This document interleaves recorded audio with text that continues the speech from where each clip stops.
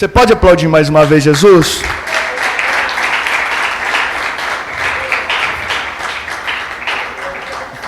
Prometo ser rápido, tá, gente?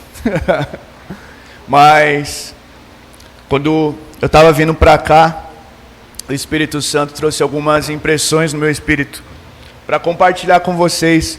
E quando eu cheguei aqui na porta e fui recepcionado pela galera que fazia tempo que eu não vi, o Espírito Santo apontou algumas coisas para o Pai de Cristo. Vocês creem nisso?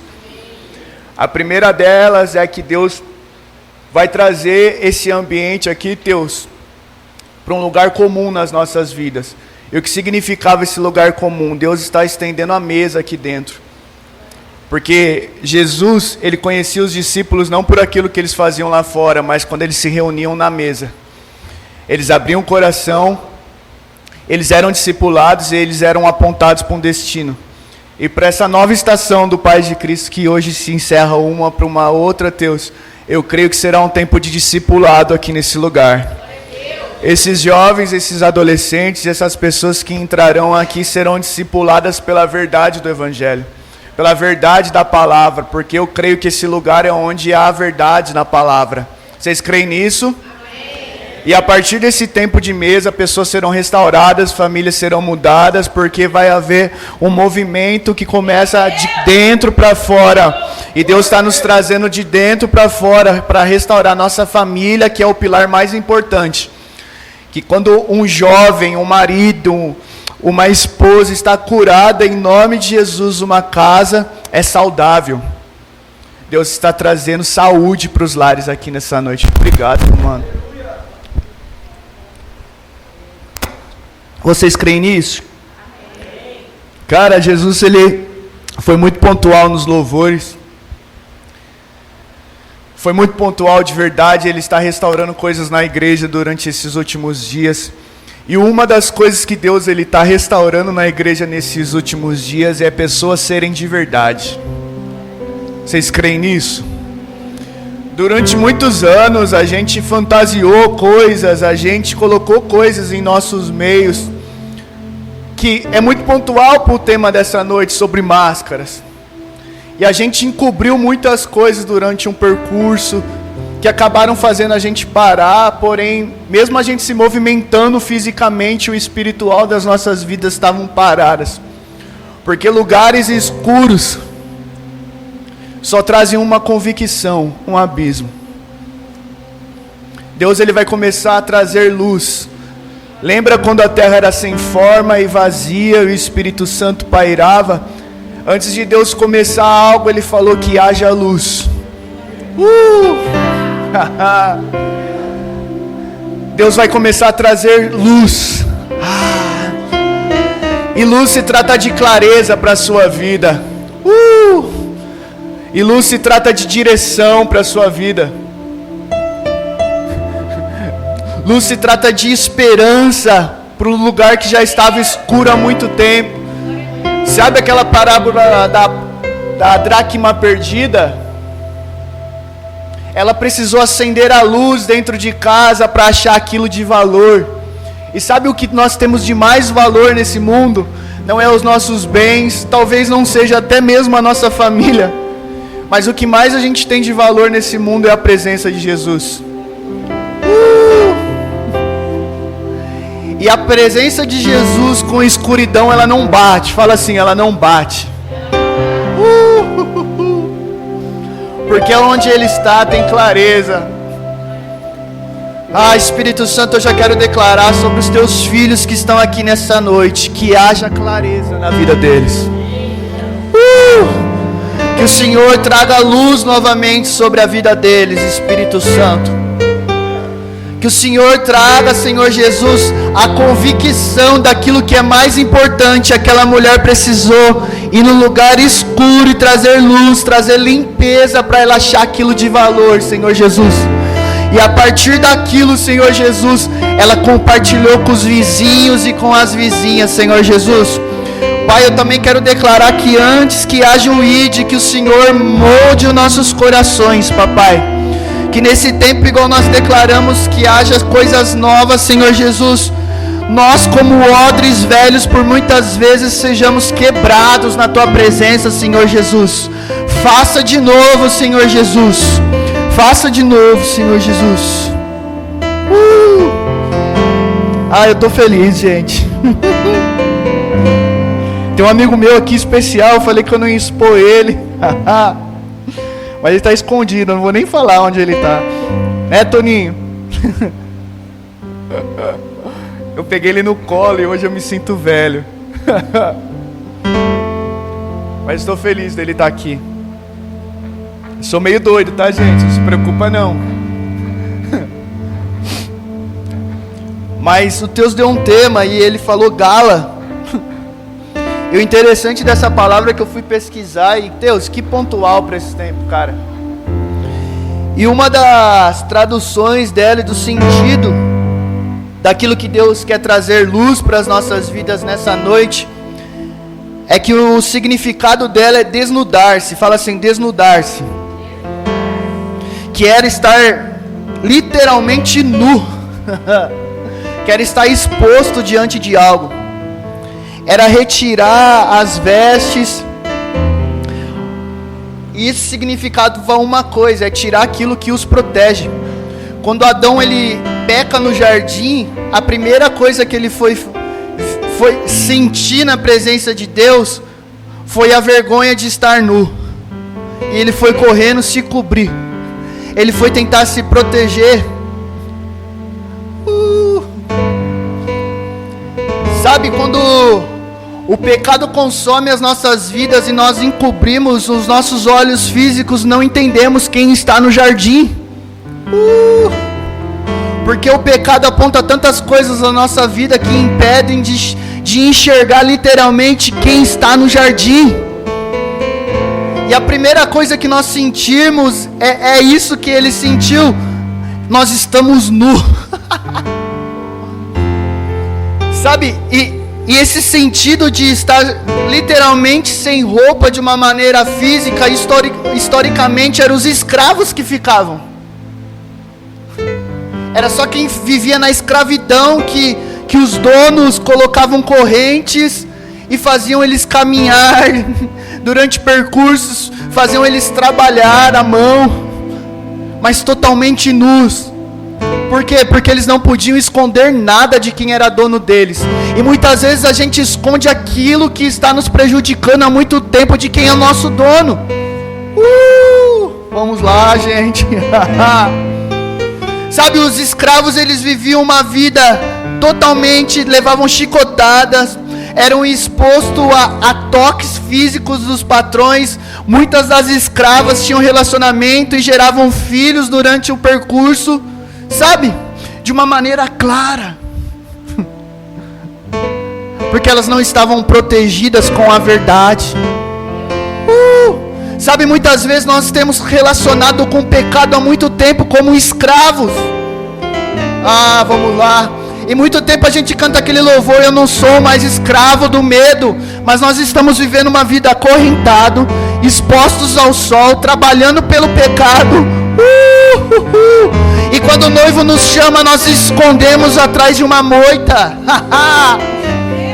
Mas Deus ele não nos chamou para se esconder de trás de uma moita. Ele chamou para nós nos ajoelharmos diante da presença daquele que pode nos libertar, pode nos salvar, pode nos perdoar, pode tirar as nossas máscaras. Sabe? Vamos lá. Jesus. E a outra tradução para essa palavra é revelar-se. Fala, revelar-se. Mas revelar é diferente de estar nu na presença. Revelar é tirar o véu. Fala assim, é tirar o véu.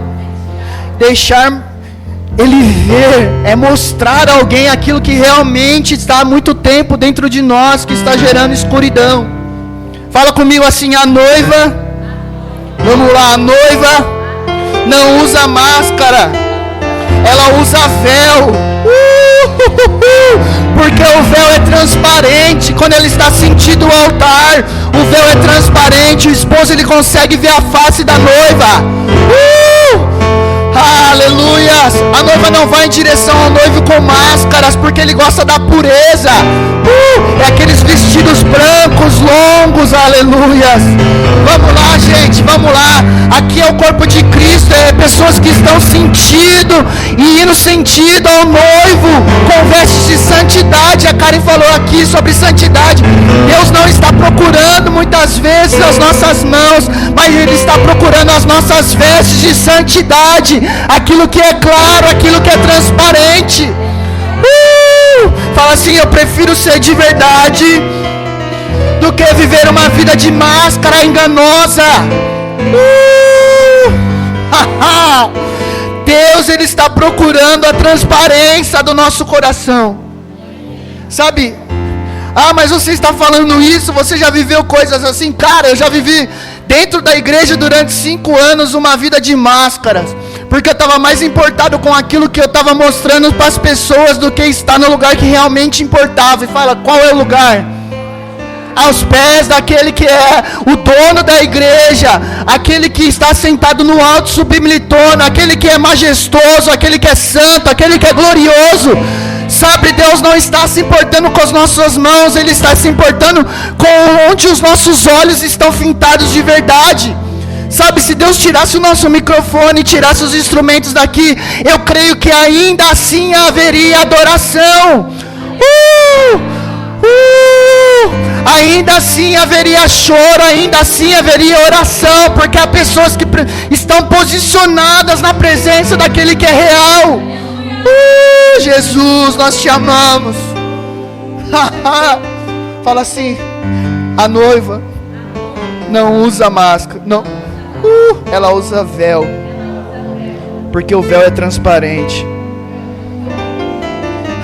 Jesus. Fala assim: toda máscara nos limita. Aí eu não podia deixar de falar da pandemia, sim ou não? Foi uma correria para usar máscara. A gente nunca tinha experimentado talvez isso. As pessoas com medo, as pessoas se trancando. E isso gerou diversas coisas. E a primeira delas que eu quero compartilhar com você a respeito disso é que durante a pandemia havia uma máscara. Fala, qual é o nome? Crise existencial. As pessoas colocaram uma máscara física, mas elas entraram numa crise existencial, porque elas não estavam somente colocando uma máscara física na sua face, mas aquilo estava gerando algo no coração dela, daquilo que já estava escondido há muito tempo. Então, quando elas colocaram as máscaras físicas nos rostos dela, as pessoas se lembraram de um lugar que elas já estavam vivendo há muito tempo. E um psicólogo vai dizer que a mente do ser humano pode se tornar o maior balde de lixo. Uau! A mente do ser humano pode se tornar Jesus, um balde de lixo. Olha só onde nós chegamos. Porque ela absorve tantas coisas durante a caminhada, coisas ruins, mas ela não consegue colocar para fora. Nós fechamos o saco de lixo e deixamos lá na nossa casa. Aí o que aconteceu na pandemia? Ansiedade, depressão, síndrome de pânico, que levaram só a um lugar: suicídio. Deus quer trazer clarezas para algumas coisas aqui, sim?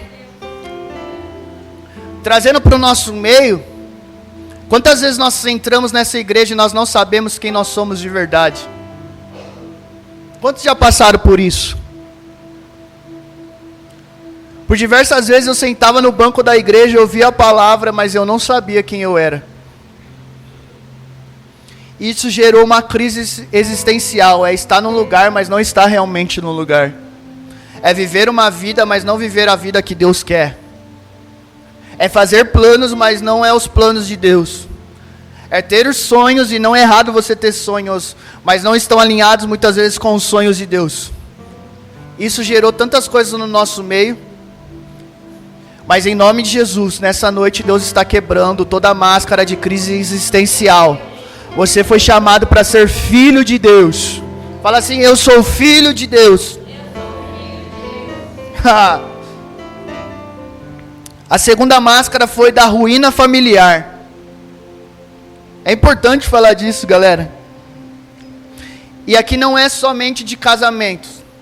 Quando na pandemia Deus levou a galera para dentro de casa, as pessoas usavam máscara dentro de casa? Eu acredito que nem 10% da população usou máscara dentro de casa. Mas as maiores crises aqui familiares sobre essa ruína é que o pai já não conhecia o filho há muito tempo. É que a esposa já não tinha um relacionamento com o marido há muito tempo. É que os irmãos já não se conheciam há muito tempo. Vocês estão entendendo? A segunda máscara da ruína familiar é as pessoas estarem tão perto, mas estar tão longe. E essa é a máscara que nós colocamos muitas vezes. Eu acredito que 50% de nós, pelo menos, não conhecemos o irmão que está atrás de nós, muito menos na nossa frente. Só que uma comunidade de fé, a gente vive em unidade. Sabe, eu quero declarar que em nome de Jesus, a sua vida será cura na área familiar para outras pessoas. Aonde havia ruína, vai haver paz, vai haver luz, em nome de Jesus. Vai voltar a ter diálogo. Quantos aqui são pais? Ou mães? Em nome de Jesus, vai ter tempo de qualidade em casa. Quantos aqui são filhos? Aí todo mundo. Vai voltar ter tempo de qualidade em casa. Lembra que eu comecei falando, a mesa está posta. Nós colocamos tantos estranhos na nossa mesa durante a caminhada, mas em nome de Jesus, Deus vai colocar os conhecidos. Você vai olhar para sua mulher e vai falar: esposa de Deus, eu te conheço, eu sei que você não está bem, toma um chocolate para sua... Ai. Vocês creem, esposas? Aleluia! Deus vai honrar vocês, em nome de Jesus. O maridão vai chegar cansado do serviço, olha aí, agora ele vai dar glória. Sem máscara nenhuma em casa, a esposa vai olhar para ele e vai falar: tá cansado, eu já preparei o arrozinho, o feijãozinho. Aquele frango de panela com batata, meu Deus, eu acredito nisso, aleluia. E vai falar: eu preparei tudo. Mas acima do alimento já havia a presença naquele lugar. O filho vai voltar para casa, a filha vai chegar em casa, o pai vai olhar e vai falar: eu também te conheço, eu sei que você não está bem, o que aconteceu? Senta aqui, vamos orar. Mas o pai também vai chegar em casa, a mãe também vai chegar em casa, e o filho vai olhar para eles e falar: o que você precisa? Hoje eu quero te servir. Deus está quebrando essa máscara da ruína familiar na igreja. Se não começar no nosso lar, não adianta a gente cantar, não adianta a gente pregar, não adianta a gente correr, a gente falar, a gente rodopiar, a gente entrar no aviãozinho, não adianta nada disso, porque o mais importante depois de Deus é a sua casa, a sua família. E aqui você só vai refletir aquilo que na sua casa já está sendo construído. Vocês creem nisso? Vamos lá. A terceira máscara fala assim: a terceira máscara é a ministerial. É aí que pega a nossa vida. Tem até um corinho: se Deus tirar da tomada, aleluia. Ele não prega, ele não canta, ele não... É isso daí, cara. A gente coloca uma máscara no nosso ministério durante muito tempo, onde a vaidade, o ego, a aparência para os homens se torna mais importante que sermos de verdade com Deus. E sabe isso aonde leva a nossa vida? No limite. E a gente vive uma vida totalmente no limite em todo o tempo. A gente coloca uma máscara ministerial e você chega na igreja e você não está bem. E eu não falo que isso é errado, você aconselhar quem não está bem, porque pode haver cura. Mas você não está bem, você está o caco, a pessoa chegando em você, você fala, eu estou bem e eu sei a palavra que eu tenho para você, sabe? É a gente subir no altar para tocar uma canção e a gente está cantando, Deus, eu te entreguei tudo. Mas na verdade, a gente não entregou nada para Ele durante o nosso dia. Fala assim, os dias comuns são onde mais a presença de Deus nos invade. É lavando uma louça, é varrendo uma casa, é caminhando num parque, sabe? É a contemplação de quem Ele é. Então quando eu olho para uns pássaros cantando, eu vejo Deus sendo adorado. Quando eu vejo os movimentos das águas, eu vejo Deus sendo adorado. Quando eu vejo árvores frutíferas, eu vejo Deus sendo adorado.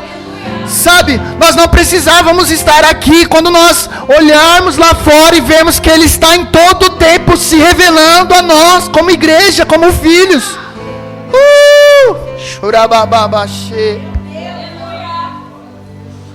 Fala assim, as máscaras da pandemia faziam com que as pessoas ficassem 1,5 metro das outras. Mas na verdade nós já estávamos quilômetros de Deus há muito tempo. Vamos lá. Deus quer nos levar para um lugar de desconforto. Ele quer nos cutucar nessa noite. Sabe, a pandemia a gente ficava 1,5 metro de distância das pessoas. Mas durante muito tempo nós já estávamos quilômetros de Deus.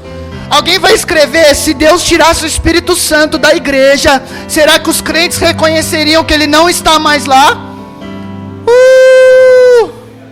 É porque nós já colocamos máscaras durante muito tempo e nós não estamos olhando para aquele que é o Rei da Glória. Quilômetros e quilômetros. Mas Deus está falando algo aqui nessa noite. Ele está falando, chegou o tempo de você correr. Chegou o tempo de você se movimentar. Chegou o tempo daquela maratona que tem as barreiras virão, mas você tem um destino, e qual é o destino? É o dia que nós cantaremos Maranata, Maranata! Senhor, feche seus olhos por alguns minutos. Senhor Jesus, quebra a vaidade do nosso ministério, Senhor Jesus. Quebra a vaidade, Senhor Jesus, da gente querer fazer tudo lindo para os homens, Senhor Jesus. E muitas vezes isso não é excelência para o Senhor. Muitas vezes isso daí é a nossa vaidade, Senhor Jesus. Muitas vezes, Senhor Jesus, isso é o nosso ego, Senhor Jesus. Espírito Santo, muitas vezes é nós colocarmos, Senhor Jesus, na nossa bagagem tanta coisa, Senhor Jesus. A nossa experiência em tocar, Senhor Jesus, bem. A nossa experiência, Senhor Jesus, em falar bem. E muitas vezes nós colocamos tudo isso, Senhor Jesus, dentro de uma bolsa e nós saímos de um lugar, papai. Mas nós não estamos indo em direção ao Senhor, Senhor Jesus. Mas nessa noite, Senhor Jesus, nós queremos ser como aquelas noivas prudentes, papai. Que a noite chegou, Senhor Jesus. Elas aguardavam com expectativa o noivo, Senhor Jesus. Mas elas tinham azeite, papai. E esse azeite era um anseio, Senhor Jesus. E a convicção, papai, que daqui a um tempo haveria um encontro. Haveria um casamento, Senhor Jesus. Sabe, um povo esperava Jesus na entrada de uma cidade. Esperava um cavaleiro com carruagens, com soldados gigantes e fortes. O povo esperava um soldado vestido com armaduras de ouro. E sabe o que gerou uma crise num povo? E eles não perceberam? É que ele chegou montado no jumentinho.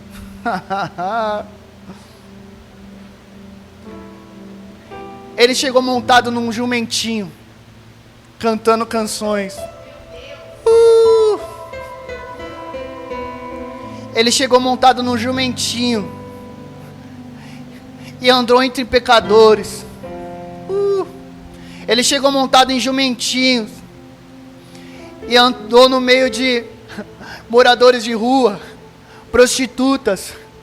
Ele chegou montado num jumentinho e andou no meio de becos e vielas. Ele chegou montado num jumentinho e tocou em leprosos e tocou em enfermos. Ele chegou montado num jumentinho, se despiu de toda a sua glória. Ele chegou montado em um jumentinho e enfrentou a via dolorosa. Ele chegou montado num jumentinho, tomou chicotadas, colocaram uma coroa de espinho, o colocaram numa cruz, colocaram cravo em suas mãos e em seus pés, fizeram o cordeiro imaculado sangrar. Aquele que chegou montado num jumentinho. E sabe, a nossa vaidade dos últimos dias é: aquele louvor não foi bom, aquela irmã não pregou aquilo que eu queria ouvir, o irmão não trouxe a revelação que Deus ia mudar a minha vida, que ia me dar um carro, que ia me dar uma casa, que ia me dar uma chave de um não sei do que. Sabe, a nossa preocupação dos últimos dias é: eu prefiro fazer bonito para os homens, mas esqueceu que eu estou a quilômetros de distância daquele que é o Rei da Glória. Jesus! Mas Ele continua sentado no alto e sublime trono da glória. Ele continua sendo um Deus simples que habita em mim e habita em você.